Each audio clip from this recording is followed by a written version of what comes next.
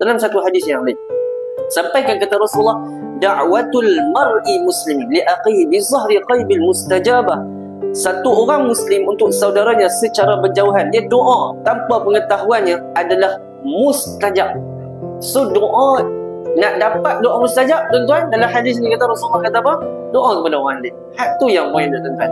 Kita doa, mudah-mudahan kembali doa tersebut, kata Rasulullah apa? Mustajabah inda ra'si malakum muwakkalun kullama da'a li akhihi bi khairi.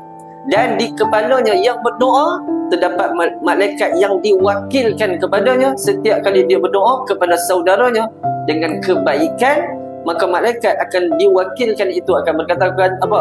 Amin, dan bagi engkau seperti itu juga, tuan-tuan. Itu di antaranya dalam hadis baginda Nabi sallallahu alaihi wasallam. Tuan-tuan, dalam fiqh hadis yang kita baca ni, yang pertama, Islam sangat menggalakkan setiap umatnya agar sentiasa berdoa kepada saudara sepupu kita, saudara kita, jiran, tetangga kita.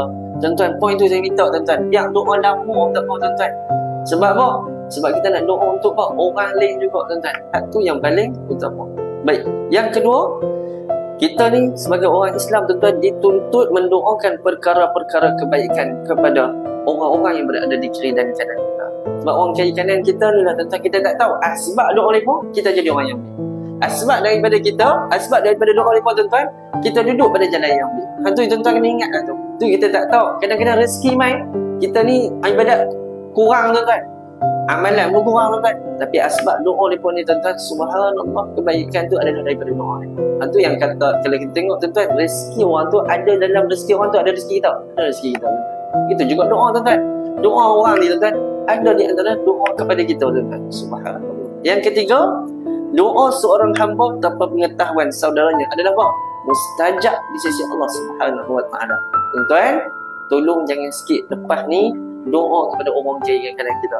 Jiran kita kalau tak jenis perangai tak bagus pun, tuan-tuan, doa yang baik-baik. Sebab apa?